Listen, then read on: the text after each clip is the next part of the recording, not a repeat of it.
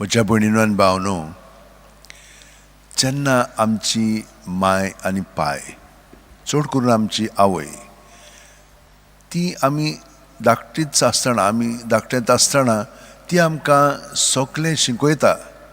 हय तें करनाकाय म्हणून सांगतली आमकां, शिडकाय तरी मागीर आमी करिना. ती आमकां शिकयता. आमी कितें करता, एक पाटी सांगलें की ना पोत्तून थंय वता. हें भुरग्यांक कितें विसरता ना, तें विसरलें आतां कितें सांगलां पळय तें पोत्तून तें करता. तो ते भाशेन ताका खूब पाटी सांगलें की ना मागीर तें म्हणणें हितून मनांत दवरता. आनी एक कितें जाता, सांगलें की ना आनी केलें म्हणटच ताचो परिणाम जो जाता ताका लागून तें भुरगें तें कितें काम केल्लें आसा तें करिना, कित्याक ताका अणभव मेळ्ळलो आसा. पूण खूब वस्तू ज्यो आमकां देवान सांगल्या, माय पाय सांगता, ते आमकां समजना. आमी तांचे आड वेता, आमकां जाय पळय तशें करता आनी ताचो परिणाम मागीर आमचेर जाता. मागीर जालो म्हणटच मागीर कितें करता आमी रागाबरीत जाता, ताका काडून उडोवंक सोदता. पूण ती आमचीच न्हय आनी तरी पूण आमी ताचो मोग करता, जा म्हणटा पूण ताका मागीर मानून घेता. आतां हें सगळें करचें आसतना आमी तर बरे भाशेन जियेत जाल्यार मागीर तांकां बरें दिसता. पळयात, आमी ह्या दिसांनी आयकलेलें कशे भाशेन तो चेडो भुरगो आपल्या बापायचें सगळें आपणाक जें दायज आसा तें घेता आनी वेता. बापाक नाका तें, पूण तो जबरदस्त म्हणटा म्हाका जाय तें. आनी हे भाशेन तो वेता आनी गेल्या उपरांत सगळें ओगडायता. तशें ताचें सगळें घडटा. मागीर तो सोयरानांत येता आनी म्हणटा कित्याक लागून आयलो सोयरानांत, कित्याक ताका कांयच खावंक पिवंक मेळोंक ना म्हणून. आनी म्हज्या बापायच्या घरांत सगळ्या जाणांक जे कोण कामां करतात तांकां भरपूर मेळटा. हांव आतां एक नोकर कसो वेतलो, पूत कसो न्हय, हे भाशेन येवजून तो वेता. पूण बापूय पळय कशे भाशेन ताका स्विकारता, ताका वेंगयता, ताका सगळें बरेंपण, तो सांडलोलो मेलोलो आतां जिवन जाला हे भाशेन ताका तो पोत्तून घेता. म्हज्या भयणीनो आनी भावनो, हे भाशेन देव आमकांय आपणायता. आमी ताची सगळीं भुरगीं. तो आमकां बरें पळय तें सांगता तें आमी आयकूंक जाय आनी तें पाळूंक जाय. हें करून घेवच्याक आतां आमी सगळीं गिन्यान्यांचीं आसा, पूण आमी येदी व्हडलीं जावनूय खूब पाटी ताचें आयकना. आमी भुरग्यां भाशेनूच कोत्ता, भुरगींच कशीं आमी जियेता, आमी वाडलेलीं कशीं जियेना खूब पाटी. तर आतां देवान आमकां खूब सांगलां, हिंचे म्हणून आज्ञा, हिंची म्हणून ताची सुमूर्त तूं पाळटाय.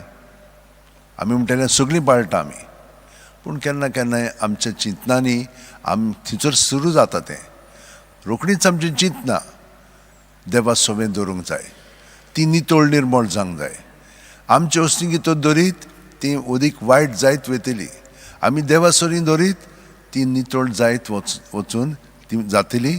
आनी मागीर आमी ताका कसचे भाशेन प्रतिसाद दिवंक जाय, रिस्पॉन्स दिवंक जाय, तें तो आमकां कळयतलो. कित्याक लागून जेजून आमकां एकसुरी सांडूंक ना. तो आमचे भितर आसा खरो, पूण ताचो पवित्र आत्मोय आसा आनी तो आमकां शिकयता.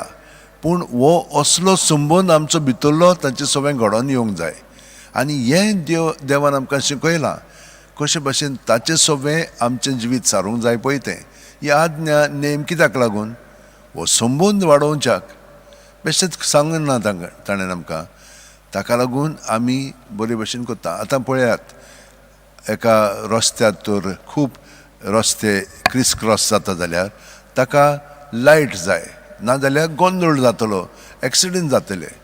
ताका लागून आमी ती शिस्त पाळटा.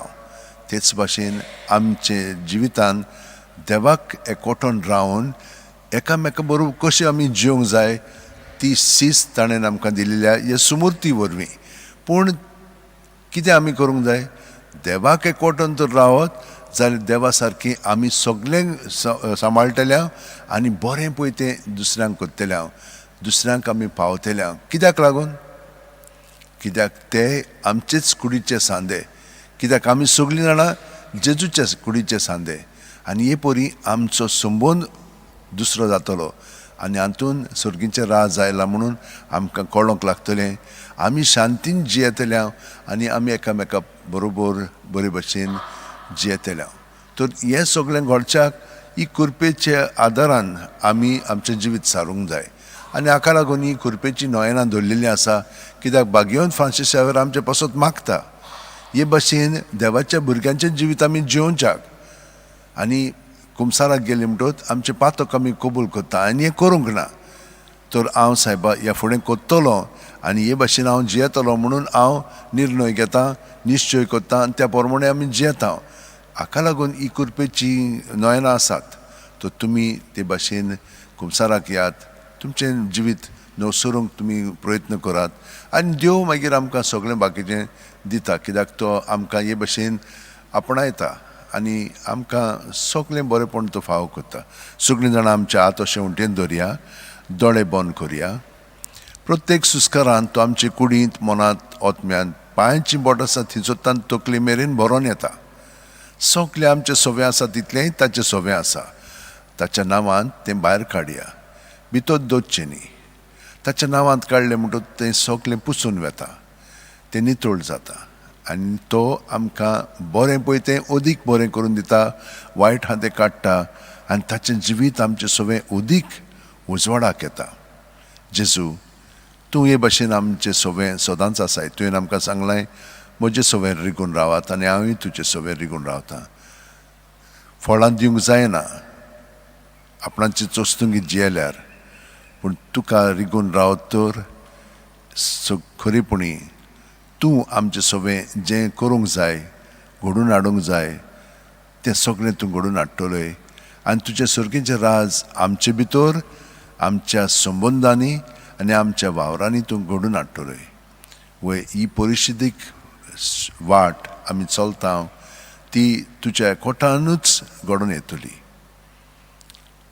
जेजू आमी सगल्या आमच्या फुडाऱ्यां पासत मागता धर्मीक फुडारी ताणें नमुने जावचे आनी आमकां तुजे सारकी ताणें मार्ग दाखोवन तांचें जिवीत अदीक आनी अदीक सुफळ तूं कर तांचे पासत मागतना आमी आमच्या घरच्यां पासत मागता आमच्या बापायक आवय पासत तांकांय तूं कृपेन भर आनी तांचेंय जिवीत तूं अदीक आनी अदीक तुज्या जिविता सारकें कर आमी खूब पाटी राजकारण चलोवंक खूब फुडारी नेमतात पूण आमी जाणो कशे भाशेन आमी निराशी जाता तांच्या सगळ्यां पासत आमी मागता तूं तांकां ही कृपा दी ताणें आपणाचें चिंतिनासतना दुसऱ्यांचें चिंतून दुसऱ्यांची सेवा चाकरी करून तांकां कृपा दी कोठाय दी मदत कर आमी सगळ्यो हेर गरजो ज्यो आमच्यो आसात तितल्यो आतां आमी तुजे सरशी हाडटा